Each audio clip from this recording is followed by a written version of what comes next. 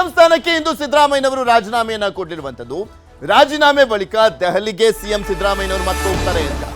ರಾಜೀನಾಮೆ ಬಳಿಕ ಯಾಕೆ ಅನ್ನುವಂಥ ಕುತೂಹಲ ನಿಮ್ಗೆ ಇರ್ಬೋದು, ಹೇಳ್ತಾ ಹೋಗ್ತೀನಿ. ಇಂದು ಸಂಜೆ ಅಥವಾ ನಾಳೆ ದೆಹಲಿಗೆ ಸಿದ್ದರಾಮಯ್ಯನವರು ತೆರಳುವಂತ ಸಾಧ್ಯತೆ. ಹೈಕಮಾಂಡ್ಗೆ ಧನ್ಯವಾದವನ್ನ ಸಲ್ಲಿಸಲಿಕ್ಕೋಸ್ಕರ ಸಿದ್ದರಾಮಯ್ಯನವರು ಹೋಗ್ತಾರೆ ಅಂತ. ಸಿದ್ದರಾಮಯ್ಯನವರು 2 ಬಾರಿ ಸಿಎಂ ಮಾಡಿದ್ದಕ್ಕೆ ಧನ್ಯವಾದವನ್ನ ಹೇಳಲಿದ್ದಾರೆ ಸಿದ್ದರಾಮಯ್ಯನವರು ಅಂತ ಹೈಕಮಾಂಡ್ಗೆ. 2 ಬಾರಿ ಪ್ರತಿಪಕ್ಷ ನಾಯಕರು, 2 ಬಾರಿ ಮುಖ್ಯಮಂತ್ರಿಗಳಾಗಲಿಕ್ಕೆ ಅವಕಾಶವನ್ನ ಮಾಡಿಕೊಟ್ಟಿದ್ದಕ್ಕೆ ಹೈಕಮಾಂಡ್ಗೆ ಧನ್ಯವಾದವನ್ನ ಹೇಳಲಿಕ್ಕೆ ಸಿದ್ದರಾಮಯ್ಯನವರು ಮುಂದಾಗಿದ್ದಾರೆ. ಇವತ್ತು ಅಥವಾ ನಾಳೆ ಹೋಗುವಂತ ಚಾನ್ಸಸ್ ಇದೆ ರಾಜೀನಾಮೆ ಕೊಟ್ಟ ಬಳಿಕ. ರಾಜೀನಾಮೆ ಕೊಟ್ಟ ಬಳಿಕ ನೀವು ಹೇಳ್ದಂತೆ ನೋಡಿ, ನಾನು ರಾಜೀನಾಮೆ ಕೊಟ್ಟಿದ್ದೀನಿ. ಮತ್ತು ಒಂದ್ ಕಡೆ ನಾನು ಕೂಡ ನಿಮ್ಗೆ ಥ್ಯಾಂಕ್ಸ್ ಹೇಳಬೇಕು. ಬಿಕಾಸ್ ನನಗೆ ಬಂದಾಗಿನಿಂದಲೂ ಕೂಡ ಕಾಂಗ್ರೆಸ್ ಪಕ್ಷಕ್ಕೆ 2006ರಿಂದ ಬಂದಾಗಿನಿಂದಲೂ ಕೂಡ ಎಲ್ಲ ರೀತಿಯಾದಂಥ ಅವಕಾಶವನ್ನ ಕೊಡಲಾಗಿದೆ. ನಿಮ್ಗೆ ಗೊತ್ತಿರ್ಬೋದು, ಸುದೀರ್ಘ ಸಿಎಂ ಮಾತ್ರ ಅಲ್ಲ, ಸುದೀರ್ಘ ಕಾಲ ಶಾಸಕಾಂಗ ಪಕ್ಷದ ನಾಯಕ ಕೂಡ ಹೌದು ಸಿದ್ದರಾಮಯ್ಯನವರು.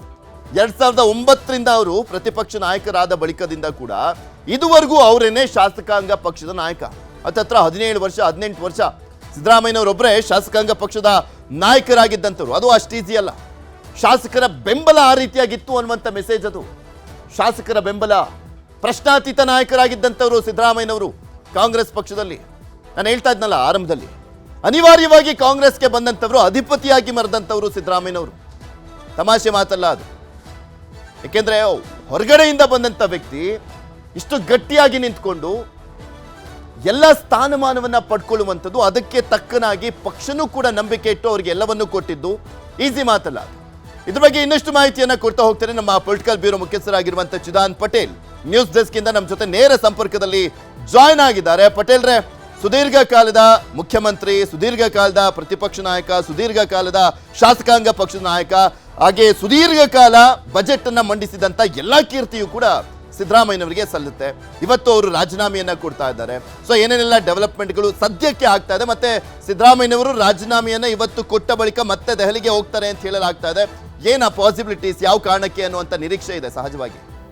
ಪೃಥ್ವಿರಾಜ್ ಹಾರನಹಳ್ಳಿ, ಮುಖ್ಯಮಂತ್ರಿ ಸಿದ್ದರಾಮಯ್ಯ ಮನೆಗೆ ಇದೀಗ ಸಂಪುಟ ಸಹೋದ್ಯೋಗಿಯ ಅನೇಕ ಮಂತ್ರಿಗಳು ಆಗಮಿಸ್ತಿರ್ತಕ್ಕಂಥ ಬ್ರೇಕ್ಫಾಸ್ಟ್ ಮೀಟಿಂಗ್ ನಡೀತಿದೆ. ಈ ಒಂದು ಬ್ರೇಕ್ಫಾಸ್ಟ್ ಮೀಟಿಂಗ್ನಲ್ಲಿ ಭಾವನಾತ್ಮಕವಾಗಿ ಎಲ್ಲ ಸಚಿವರುಗಳು ಕೂಡ ಧನ್ಯವಾದಗಳನ್ನ ಅರ್ಪಿಸಲಿರ್ತಕ್ಕಂಥ ಮುಖ್ಯಮಂತ್ರಿ ಸಿದ್ದರಾಮಯ್ಯ ಇವತ್ತು ರಾಜ್ಯಪಾಲರ ಅಪಾಯಿಂಟ್ಮೆಂಟು ಬೆಳಿಗ್ಗೆ 10:30 ಮತ್ತು ಸಂಜೆ 3 2 ಸಮಯದಲ್ಲಿ ಅಪಾಯಿಂಟ್ಮೆಂಟ್ಗಳನ್ನು ತೆಗೆದುಕೊಂಡಿದ್ದರು. ಇದೀಗ ಮುಖ್ಯಮಂತ್ರಿ ಸಿದ್ದರಾಮಯ್ಯವರು ಬ್ರೇಕ್ಫಾಸ್ಟ್ ಮೀಟಿಂಗ್ ನಂತರ ವಿದಾಯದ ಭಾಷಣವನ್ನು ತಮ್ಮ ಸಂಪುಟದ ಸಹೋದ್ಯೋಗಿಗಳ ಮುಂದೆ ಮಾಡಲಿದ್ದಾರೆ. ಅದಾದ ಬಳಿಕ ಹೈಕಮಾಂಡ್ ನಾಯಕರ ಜೊತೆ ಮತ್ತು ಕೆಲವು ಸಚಿವರೊಂದಿಗೆ ಉಭಯ ಕುಶಲೋಪರಿಯನ್ನು ಮಾಡಲಿದ್ದಾರೆ. ನಂತರ 10:30 ಅಥವಾ ಮಧ್ಯಾಹ್ನ 3 ಗಂಟೆಗೆ ಮುಖ್ಯಮಂತ್ರಿ ಸಿದ್ದರಾಮಯ್ಯನವರು ರಾಜಭವನಕ್ಕೆ ತೆರಳಿ ರಾಜ್ಯಪಾಲರ ಕಾರ್ಯದರ್ಶಿ ಬಳಿ ತಮ್ಮ ರಾಜೀನಾಮೆ ಪತ್ರವನ್ನು ಸಲ್ಲಿಸಲಿದ್ದಾರೆ. ನಂತರ ಇವತ್ತು ಸಂಜೆ ಅಥವಾ ನಾಳೆ ಬೆಳಗ್ಗೆ ನವದೆಹಲಿಗೆ ಹೋಗಲಿಕ್ಕೆ ತೀರ್ಮಾನ ಮಾಡಿರ್ತಕ್ಕಂಥ ಮುಖ್ಯಮಂತ್ರಿ ಸಿದ್ದರಾಮಯ್ಯನವರು ನವದೆಹಲಿಗೆ ತೆರಳಿ ಹೈಕಮಾಂಡ್ ನಾಯಕರಿಗೆ ಎಲ್ಲರಿಗೂ ಕೂಡ ಧನ್ಯವಾದನ ಅರ್ಪಿಸಲಿಕ್ಕೂ ಕೂಡ ಸಿಎಂ ತೀರ್ಮಾನವನ್ನು ಮಾಡಿದ್ದಾರೆ. ರಾಹುಲ್ ಗಾಂಧಿ ಅವರನ್ನು ಭೇಟಿಯಾಗುವಂಥದ್ದು, ಸೋನಿಯಾ ಗಾಂಧಿ ಅವರನ್ನು ಭೇಟಿಯಾಗುವಂಥದ್ದು, ಮಲ್ಲಿಕಾರ್ಜುನ್ ಖರ್ಗೆ ಮತ್ತು ವೇಣುಗೋಪಾಲ್ ಅವರನ್ನು ಭೇಟಿಯಾಗಿ ಮಾತುಕತೆಯನ್ನು ನಡೆಸಿ ಎಲ್ಲರಿಗೂ ಕೂಡ ಸುದೀರ್ಘ ಅವಧಿಗೆ ಮುಖ್ಯಮಂತ್ರಿ ಆಗಲಿಕ್ಕೆ ಅವಕಾಶ ಕೊಟ್ಟಿರ್ತಕ್ಕಂಥದ್ದು, 2 ಬಾರಿ ಪ್ರತಿಪಕ್ಷ ನಾಯಕನ ಸ್ಥಾನವನ್ನು ಕೊಟ್ಟಿರ್ತಕ್ಕಂಥದ್ದು ಮತ್ತು ಕಾಂಗ್ರೆಸ್ಗೆ ಬಂದ ದಿನದಲ್ಲಿ ಕೂಡ ಅಧಿಕಾರ ಕೊಟ್ಟಿರತಕ್ಕಂಥದ್ದು. ಹಾಗಾಗಿ ಗಾಂಧಿ ಕುಟುಂಬಕ್ಕೆ ಮತ್ತು ಕಾಂಗ್ರೆಸ್ನ ಅನೇಕ ನಾಯಕರುಗಳಿಗೆ ಎಲ್ಲರೂ ಕೂಡ ಧನ್ಯವಾದ ಅರ್ಪಿಸಲಿಕ್ಕೆ ಮುಖ್ಯಮಂತ್ರಿಗಳು ಸ್ವತಃ ತೀರ್ಮಾನ ಮಾಡಿರ್ತಕ್ಕಂಥದ್ದು. ನಿನ್ನೆ ಸುರ್ಜೇವಾಲಾ ಬಂದಂಥ ಸಂದರ್ಭದಲ್ಲೂ ಕೂಡ ನಾನು ದೆಹಲಿಗೂ ಬರಲ್ಲ ಮತ್ತು ನನಗೆ ಯಾವುದೇ ಪೋಸ್ಟ್ ಬೇಡ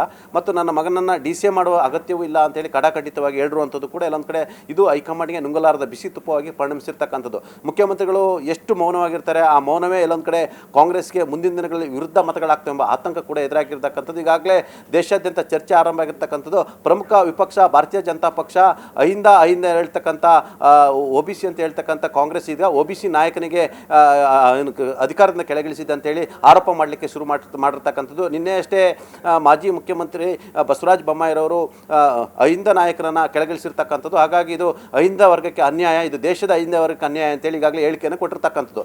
ಹಾಗಾಗಿ ಯಾವುದೇ ಕಾರಣಕ್ಕೂ ಕೂಡ ಸಿದ್ದರಾಮಯ್ಯನವರ ಎಕ್ಸಿಟು ಕಾಂಗ್ರೆಸ್ ಪಕ್ಷಕ್ಕೆ ಅದು ಅತಿ ದೊಡ್ಡ ನಷ್ಟ ಆಗಬಾರ್ದು.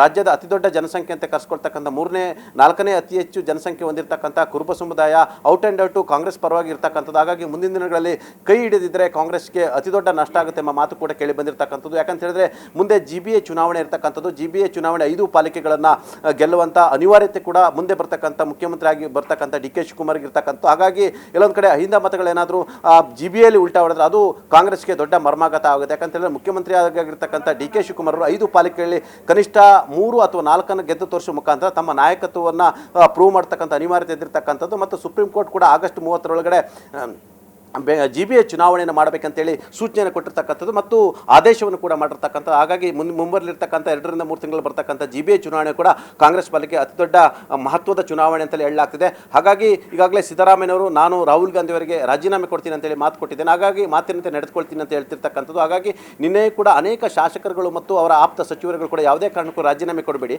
ಶಾಸಕಾಂಗ ಪಕ್ಷದ ಸಭೆಯಲ್ಲಿ ಶಾಸಕರ ಬಲಾಬಲ ನಡೀಲಿ ಅಂತೇಳಿ ಮನವಿಯನ್ನು ಕೂಡ ಮಾಡಿಕೊಂಡ್ರು ಮತ್ತು CLPಯಲ್ಲಿ ಶಾಸಕರ ಅಭಿಪ್ರಾಯವನ್ನು ತೆಗೆದುಕೊಂಡು ಅಭಿಪ್ರಾಯದಂತೆ ಮುಂದುವರಿಲಿ ಅಂತೇಳಿ ಮನವಿಯನ್ನು ಮಾಡ್ಕೊಂಡಿದ್ದಾರೆ. ಆದರೆ ಯಾವುದೇ ಮನವಿ ಕೂಡ ಮುಖ್ಯಮಂತ್ರಿ ಸಿದ್ದರಾಮಯ್ಯನವರ ಬಗ್ಗೆ ಇಲ್ಲ, ಮೌನವಾಗಿ ಇರುವಂಥದ್ದು. ಮತ್ತು ನಾನು ರಾಹುಲ್ ಗಾಂಧಿಯವರಿಗೆ ಮಾತು ಕೊಟ್ಟಿದ್ದೇನೆ ಅನ್ನೋ ಒಂದು ಮಾತನ್ನು ಹೇಳುವ ಮುಖಾಂತರ ನಾನು ರಾಜೀನಾಮೆ ಕೊಡ್ತೀನಿ ಅಂತೇಳಿ ರಾಜೀನಾಮೆಗೆ ಸ್ಟಿಕ್ಕನ್ ಆಗಿರ್ತಕ್ಕಂಥದ್ದು.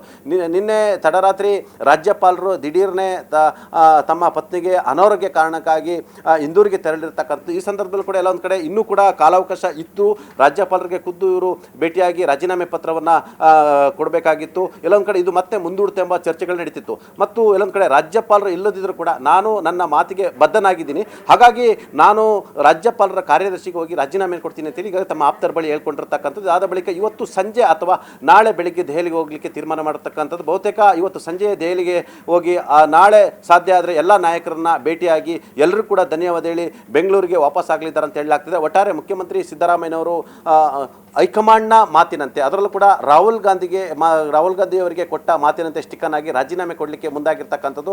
ಬಹುಶಃ ಒಂದು ವೇಳೆ ಮುಖ್ಯಮಂತ್ರಿ ಸಿದ್ದರಾಮಯ್ಯನವರು ಶಾಸಕಾಂಗ ಪಕ್ಷದ ಸಭೆಯಲ್ಲಿ ಏನು ನಡೆಯುತ್ತೆ ಅದರ ನಂತರ ಅಂತ ಹೇಳಿದರೆ ಬಹುಶಃ ಅಧಿಕಾರ ಹಂಚಿಕೆ ಸೂತ್ರ ಬಹುಶಃ ಅಡ್ಡಲಾಗುವ ಸಾಧ್ಯತೆ ಕೂಡ ಇತ್ತು. ಆದರೆ ಈಗ ಸಿದ್ದರಾಮಯ್ಯನವರೇ ರಾಜೀನಾಮೆಗೆ ಸ್ವತಃ ಮುಂದಾಗಿರ್ತಕ್ಕಂಥದ್ದು. ರಾಜ್ಯಪಾಲರು ಇಲ್ಲದಿದ್ದರೂ ಕೂಡ ರಾಜ್ಯಪಾಲರ ಕಾರ್ಯದರ್ಶಿಗೆ ರಾಜೀನಾಮೆ ಕೊಡಲಿಕ್ಕೆ ತೀರ್ಮಾನ ಮಾಡಿರ್ತಕ್ಕಂಥದ್ದು. ಹಾಗಾಗಿ ಅಂತಿಮವಾಗಿ ಇವತ್ತು ಅವರ ಮುಖ್ಯಮಂತ್ರಿ ಹುದ್ದೆಗೆ ಅಂದರೆ ರಾಜ್ಯಪಾಲರು ಎಲ್ಲಿಯವರೆಗೆ ಅಕ್ಸೆಪ್ಟ್ ಮಾಡ್ತಾರೆ ಅವರ ರಾಜೀನಾಮೆಯನ್ನು ಅಲ್ಲಿವರೆಗೂ ಕೂಡ ಅವರೇ ಮುಖ್ಯಮಂತ್ರಿ ಆಗಿರ್ತಾರೆ ಮತ್ತು ನೂತನ ಮುಖ್ಯಮಂತ್ರಿ ಆಗುವವರೆಗೂ ಕೂಡ ಅವರು ಅಲ್ಲಿವರೆಗೂ ಕೂಡ ನಿಯೋಜಿತ ಮುಖ್ಯಮಂತ್ರಿ ಕೂಡ ಆಗಿರ್ತಾರೆ. ಹಾಗಾಗಿ ಮುಖ್ಯಮಂತ್ರಿ ಸಿದ್ದರಾಮಯ್ಯನವರು ಅಂತಿಮವಾಗಿ ರಾಜೀನಾಮೆ ಕೊಡಲಿಕ್ಕೆ ತೀರ್ಮಾನ ಮಾಡಿರ್ತಕ್ಕಂಥದ್ದು. ಎಲ್ಲೊಂದು ಕಡೆ DK ಶಿವಕುಮಾರ್ ಮತ್ತು ಅವರ ಪಾಳ್ಯಕ್ಕೆ ನಿನ್ನೆ ರಾಜ್ಯಪಾಲರು ತಡರಾತ್ರಿ ಅವರ ಪತ್ನಿಗೆ ಅನಾರೋಗ್ಯದ ಕಾರಣಕ್ಕಾಗಿ ಮುಂಬೈಗೆ ತೆರಳಿ ಮುಂಬೈಯಿಂದ ಇಂದೂರಿಗೆ ತೆರಳಿಕ್ಕೆ ಹೊರಟಂತ ಸಂದರ್ಭದಲ್ಲಿ ಆತಂಕಕ್ಕೆ ಒಳಗಾಗಿದ್ರು ಅಂತಲೇ ಹೇಳಲಾಗ್ತದೆ. ಯಾಕಂತೇಳಿ ಇದೇನು ದಿಢೀರ್ನೆ ಇಂಥ ಬೆಳವಣಿಗೆ ನಡೀತು ಅಂತೇಳಿ ಕೂಡ ಆಶ್ಚರ್ಯಚಕಿತರು ಕೂಡ ಆಗಿದ್ರಂತೆ, ಒಂದಷ್ಟು ಲೆಕ್ಕಾಚಾರಗಳಾಗಿದ್ದಂತೆ. ಈ ಎಲ್ಲ ಲೆಕ್ಕಾಚಾರ ನಡುವೆ ಕೂಡ ಇವತ್ತು ಮುಖ್ಯಮಂತ್ರಿ ಸಿದ್ದರಾಮಯ್ಯನವರು ದಿಢೀರ್ನೆ ಇವತ್ತು ಮಧ್ಯಾಹ್ನ ರಾಜಭವನಕ್ಕೆ ತೆರಳಿ ರಾಜೀನಾಮೆ ಕೊಡಲಿಕ್ಕೆ ತೀರ್ಮಾನವನ್ನು ಮಾಡಿರ್ತಕ್ಕಂಥದ್ದು. ಪೃಥ್ವಿ. ಓಕೆ, ಧನ್ಯವಾದ ಸುಧಾನ್ ಪಟೇಲ್ ನಿಮ್ಮೆಲ್ಲ ಮಾಹಿತಿಗಾಗಿ. ನೋಡ್ತಾ ಇದ್ದೀರಲ್ಲ, ಸಿದ್ದರಾಮಯ್ಯನವರು ರಾಜೀನಾಮೆ ಕೊಡಲಿಕ್ಕೆ ತೀರ್ಮಾನ ಮಾಡಿದ್ದಾರೆ ಮತ್ತು ಒಂದ್ ಕಡೆ ಬ್ರೇಕ್ಫಾಸ್ಟ್ ಮೀಟಿಂಗ್ ಕೆಲವೇ ಕ್ಷಣಗಳಲ್ಲಿ ಆರಂಭ ಆಗಲಿರುವಂಥದ್ದು. ಆ ಸಂದರ್ಭದಲ್ಲಿ ಸಿದ್ದರಾಮಯ್ಯನವರು ಏನು ಮಾತನಾಡ್ತಾರೆ, ಭಾವನಾತ್ಮಕವಾಗಿ ಮಾತನಾಡಿ ಏನು ಹೇಳ್ತಾರೆ, ರಾಜೀನಾಮೆ ಕೊಡುವಂತ ವಿಚಾರಕ್ಕೆ ಸಂಬಂಧಪಟ್ಟಂತೆ ಎಲ್ಲ ತನ್ನ ಸಂಪುಟ ಸಹೋದ್ಯೋಗಿಗಳಿಗೂ ಈ ಕ್ಷಣದಲ್ಲೇ ತಿಳಿಸ್ತಾರಾ ಅನ್ನುವಂಥದ್ದು ಕೂಡ ಅಷ್ಟೇ ಕುತೂಹಲ.